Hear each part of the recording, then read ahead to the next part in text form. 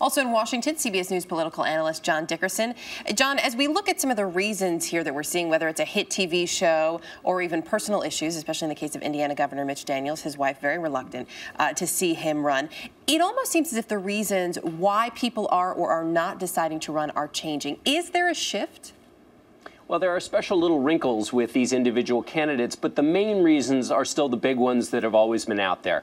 Republicans are going to be running against an incumbent president, and Barack Obama, although his approval ratings are soft, the big benefit for him is he can raise a great deal of money. And raising money is not fun. It's a hard slog. And finally, candidates really have to go out and run through a very difficult process, no matter how well they're known. That requires a lot of fire in the belly. And for some candidates, that's just too much. It can be a daunting task. As you mentioned, money still seems to be the key factor here in making that decision as to whether or not you want to put yourself out there as a candidate.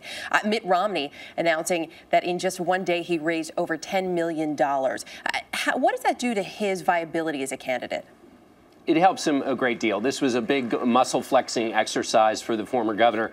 And last week, you remember, he talked about his health care plan in Massachusetts got beat up pretty good in conservative circles. This is a way to reassert one of his big strengths. When you talk to strategists in the Republican Party, they talk about the money primary. The big hurdle that any candidate has to get over is being able to raise that money, because they're all terrified about how much money Barack Obama can raise. As we look at some of the other potential candidates, we're seeing more people drop out who had been maybes. One name, though, that still lingers for a lot of people is Sarah Palin. It seems like if she were to jump in, this would be the perfect time. She does have a little bit of an opening here. Mike Huckabee's decision not to run opens the Iowa caucuses up. That's the first big contest. He won in 2008. He would have had a very strong showing there. Well, now it's open. Anybody can seize that title. But Sarah Palin really does have to move quickly. She's got a high name ID, but she has a lot of high negatives, and she has to put together an organization. So she's got to move if she's going to. There's one headline on the heels of the Trump announcement that said this was the end of the silly season.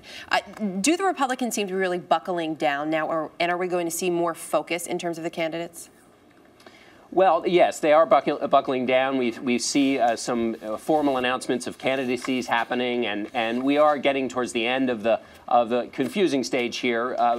Donald Trump was particularly silly, so that part of the silly season is over. But in politics, the weather is like the weather in New England. It can change at any moment. So we probably shouldn't put away the raincoats. The silly season will, in fact, come back. This is good to know, and you're speaking to a hardy New Englander here, John. Thanks.